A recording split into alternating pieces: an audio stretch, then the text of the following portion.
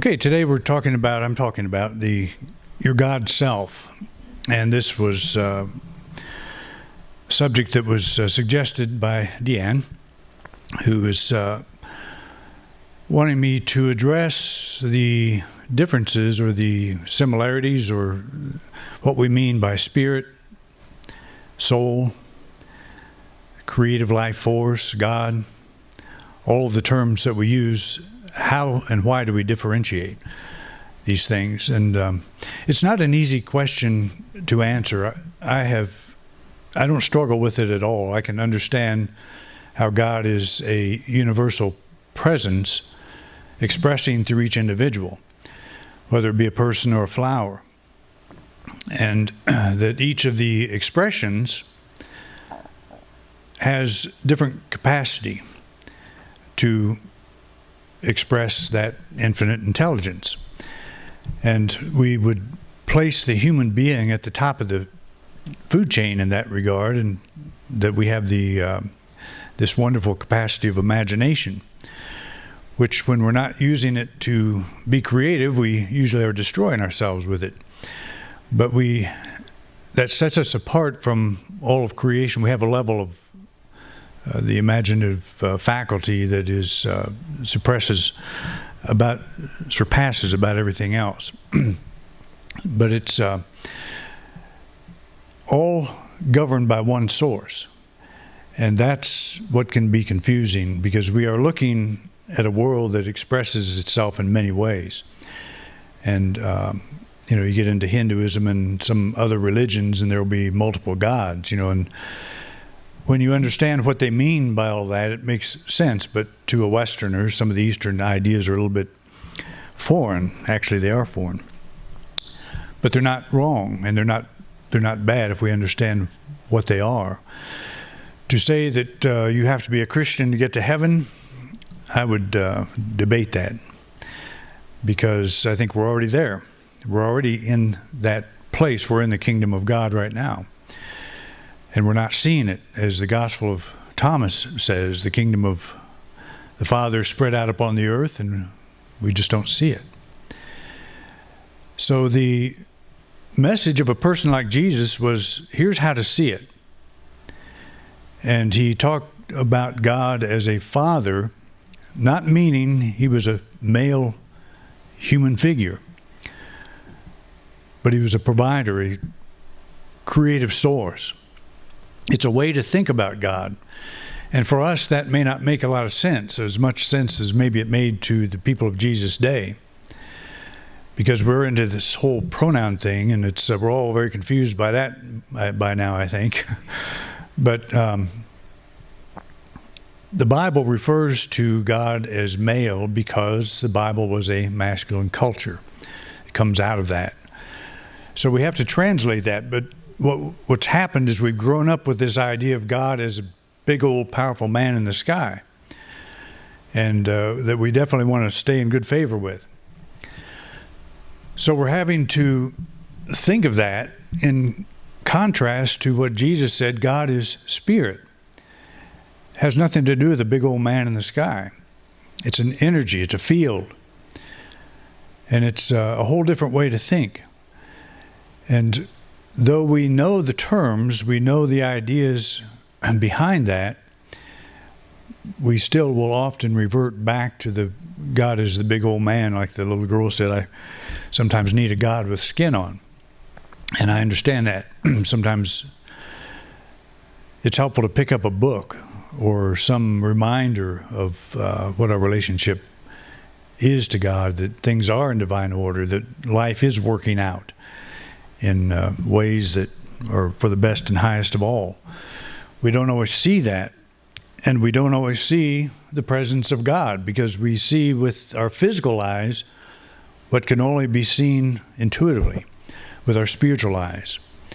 We're trying to intellectualize God, and that's kind of what I'm going to do today, which is exactly the opposite of what to talk about something like God, you have to use language. I wish I could project what I feel and see in myself directly into all of you. Not always. I don't always want you to see what's going on with me, but right now would be a good time to do that. But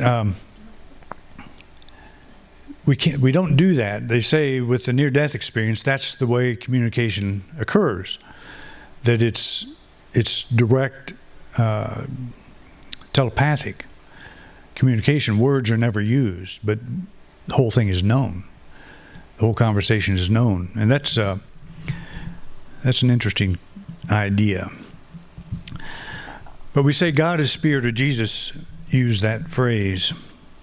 In the broadest sense of the word, spirit is the universal and omnipresent life, love, power, and intelligence that permeates every nook and cranny of the universe.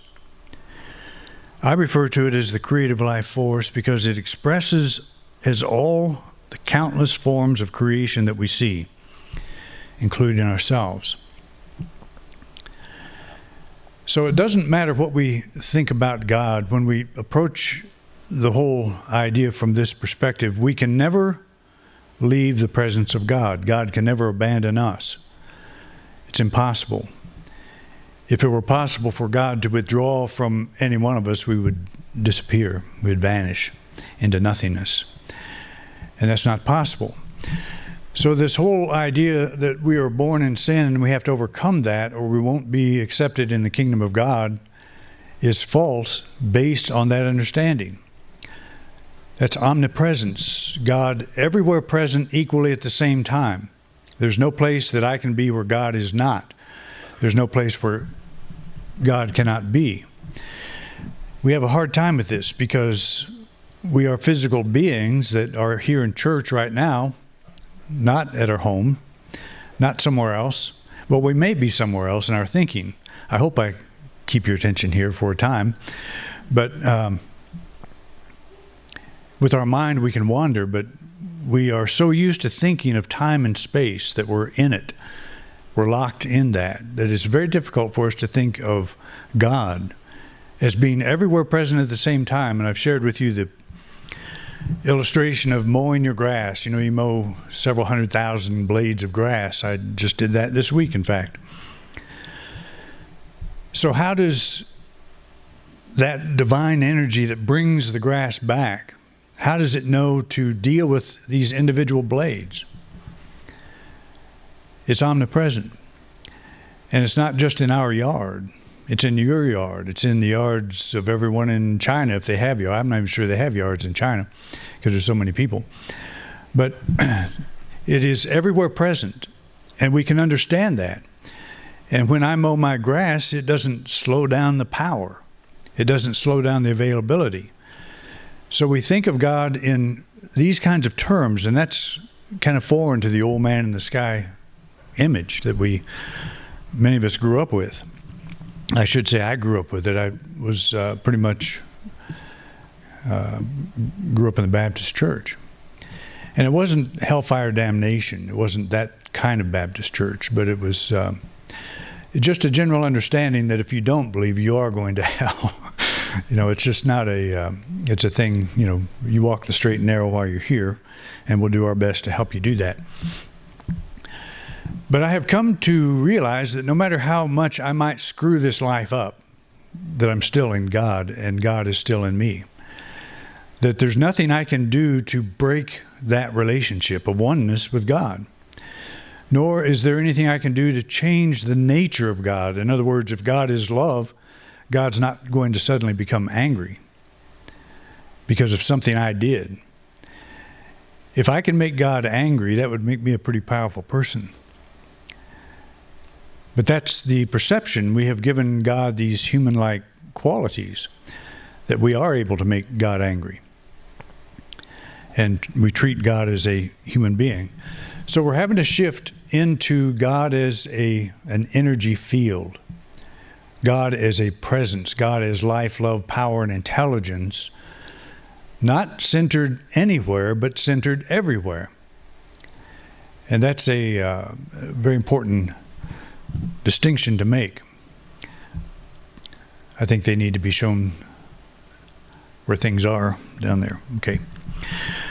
So the Gospel of John is known has been, I think since about the 2nd century, has been known as the spiritual gospel, because it really has some profound metaphysical ideas that are just right out there in the open. And it opens with one of the most powerful. John referred to the creative aspect of God as the Word. All things were made through him, and him being the Word, and without him was not anything made that was made. In him was life, and the life was the light of men. That which we think of as our soul, the light of men, is an individualized expression of this universal spirit. So John talks about the Word was God. It's one and the same, but two different aspects. The Word is the creative aspect. There's a universal aspect and a creative aspect. And we all carry that same type of identity. We have a mind that is capable of conceiving of about anything. But then we have that creative side that puts it into a painting or a book or something that we create, a garden, a meal, that we get an idea and we project this idea into a creative form. And so God, being universal mind, everywhere present, is expressing through, and John calls it the Word, but the Word is God. It's one and the same, different aspects of how it works. So if I say that I am God, you don't want to say that to just anyone. But it's true. You and I are expressions of God, but are we the whole of God? Are we the universal completeness of God? There are people that have thought they were. Usually get committed to some place, prison or insane asylum.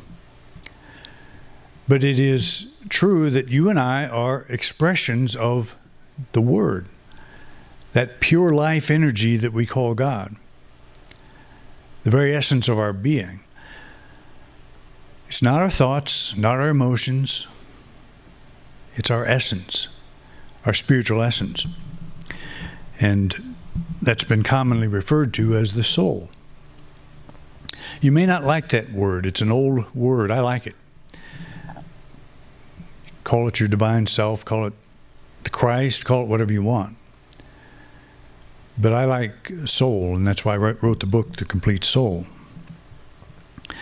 So I think one of the best illustrations, best ways to explain this is the water, the sponge in the ocean.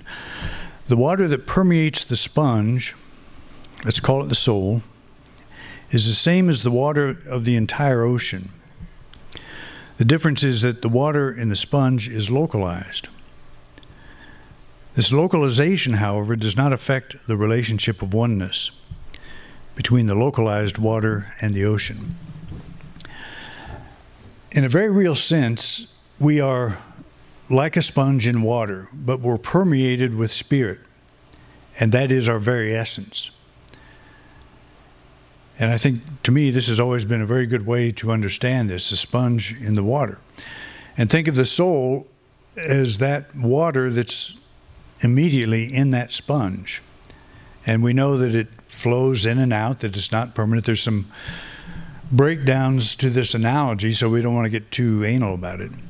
It's important to take every illustration for what it is, an illustration. But the sponge is immersed in the ocean, and like Jesus would say, the Father and I are one, but the Father is greater. Well, the sponge would say, the ocean and I are one, but the ocean is greater.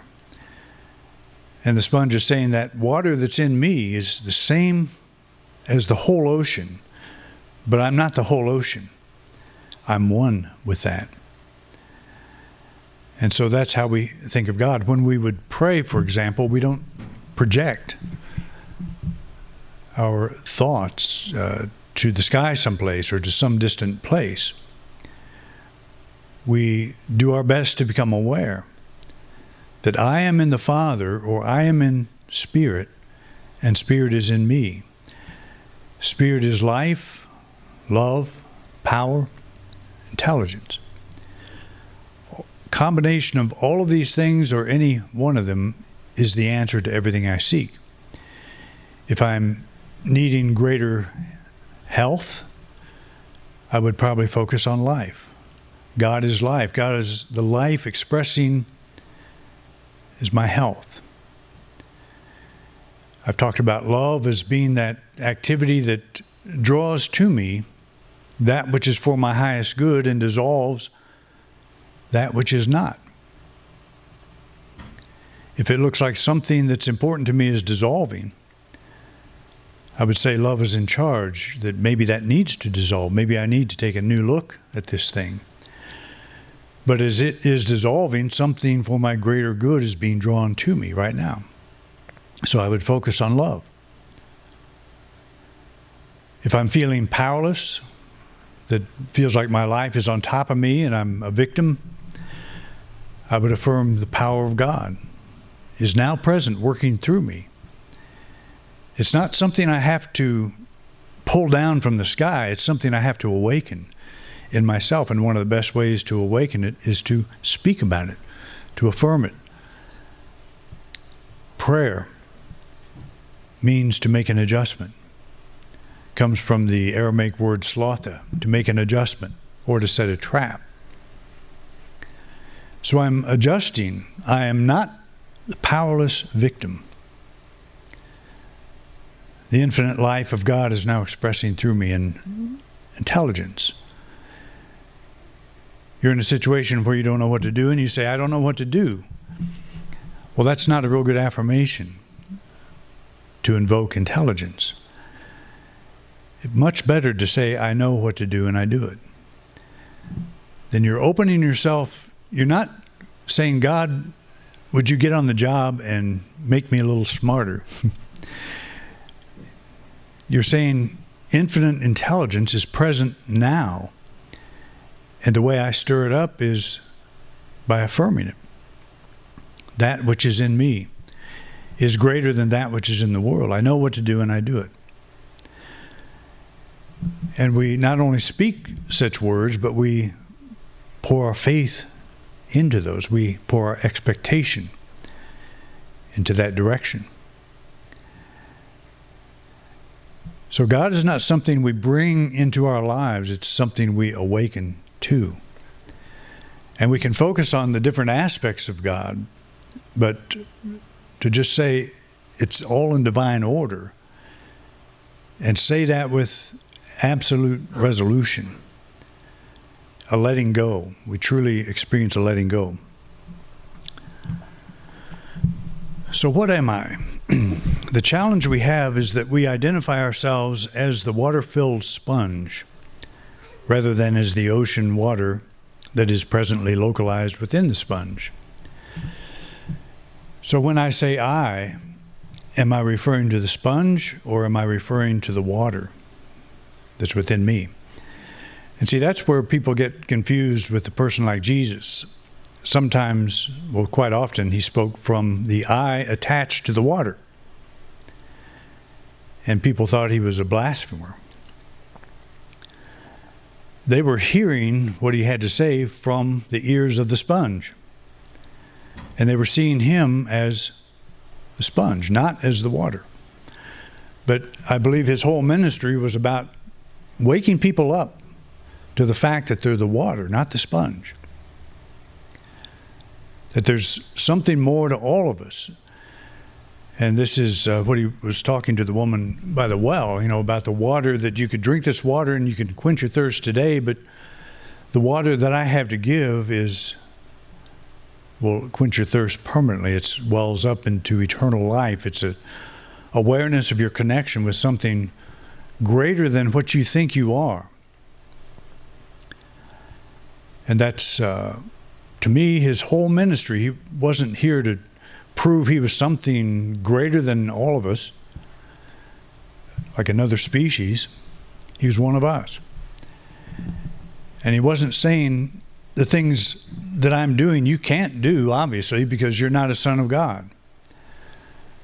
He was saying the things I do you can do also, and even greater things, because there's no limit. If you put your identity on the water rather than the sponge, you're making spiritual headway, spiritual progress. When we say I, are we referring to the water or the sponge? The popular saying that I am a spiritual being going through a human experience is equivalent to saying I am ocean water, presently localized in the sponge. When we pluck the sponge from the water, and this is a fear I have heard people express, we pluck the sponge from the water and give it a squeeze. The water continues to be. Because you squeeze the water out of the sponge, the water still remains. Some fear that the loss of the body means our spiritual essence merges with the ocean, ending our existence as individuals. This is where our analogy breaks down. Because obviously if you take the sponge out of the water, you take the water in the sponge out as well. Those who momentarily step from the body in an NDE, a near-death experience, insist that they are the same person, but without the confines of the body. And documented cases of reincarnation support this idea as well. When the water is squeezed out of our sponge, we still are. We are who we are. But without all of the limitations, the restrictions we put on ourselves by having a body. We're here operating under Newton's laws, Newtonian physics, when in reality, the spirit operates under quantum mechanics, a whole different set of laws. And so we say, well, if we lose our body, how could we possibly still be who we are? And on one level, we can't understand that. But apparently it's true. And I have no doubt that it is. There are so many documented cases of children who have remembered past lives, and they remember themselves as themselves, but in different settings, maybe as different genders, maybe as different, coming from different cultures. But they remember themselves as themselves. And people constantly say when they leave their body during surgery or an auto accident or whatever they may have, where they have a near-death experience, that was me looking down on me. I had a person that did that was dying, found themselves up in the corner of the bedroom ceiling, looking down on the body, and said, they asked me the question, which one of those was me? The one looking down from the ceiling or the one in the bed? And I said, which one was aware? And he said, the one looking down from the ceiling. I said, that was you. And that was your vehicle. You're looking at your vehicle that's quickly wearing out. But you are the one that observes. You're the seer. That which is that you are looking for is that which is doing the looking. Meister record. That which you are looking for is that which is doing the looking. So the one that was doing the looking, that's you. How do you explain that? Our material science can't, and so they totally sweep it under the carpet. They try to. But there's a lot of science now coming to look at this question. How could a person have memories? How could they see? How could they hear? How could they know the thoughts of others when they're floating in the waiting room of the hospital and their body's in surgery? How could they know what their loved ones are talking about? What is that? Who is that? Who are we? So we constantly have to keep our minds open, because our eyes are telling us one thing, but our intuition tells us something entirely different. And what did Jesus say about that? He said, don't judge by appearances. So am I a physical being? Yes. I'm expressing as one, but is that who I am? Is that what I am? And the answer to that question is no. I have probably been doing this many times. I don't have any recollections. I have no proof that I was ever anything else. To me, it's just spiritual logic. We are eternal. Our soul, our God self, is eternal.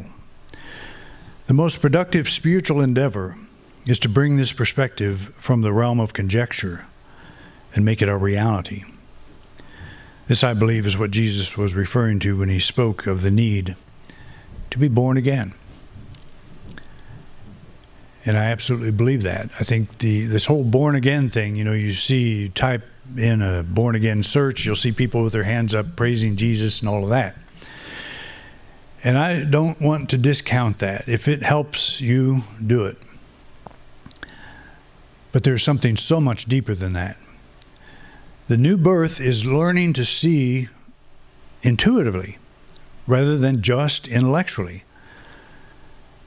The intellect is to be taught by the intuition, and we have it just the other way around. We have made the God of humanity the intellect.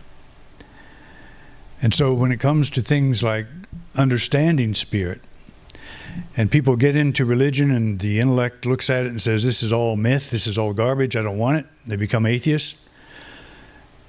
They're rejecting something that they don't even know what they're rejecting. There is a teaching in the Gospels, there is a mystical thread that is absolutely vital to understand. And if you want to throw the baby out with the bathwater, you can. But you'll just keep searching for something that feels like it's missing, something you feel you're lacking. But we don't lack anything except the awareness of what we are.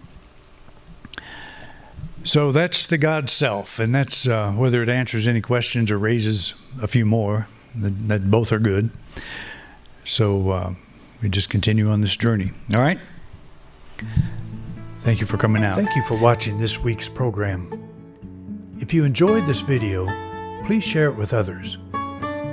We want to reach as many people as we can, and we appreciate your help. If you'd like to help support this ministry, just click the donate card at the top right-hand corner of your screen. Your financial support means a lot to us. We have many subjects in our video lineup, so feel free to take a look. If there's a topic you don't see and would like me to address, just put it in the comment section. I'd love to know what's on your mind. To subscribe to this channel, simply click our logo. Thanks again for your interest in independent unity, and have a wonderful week.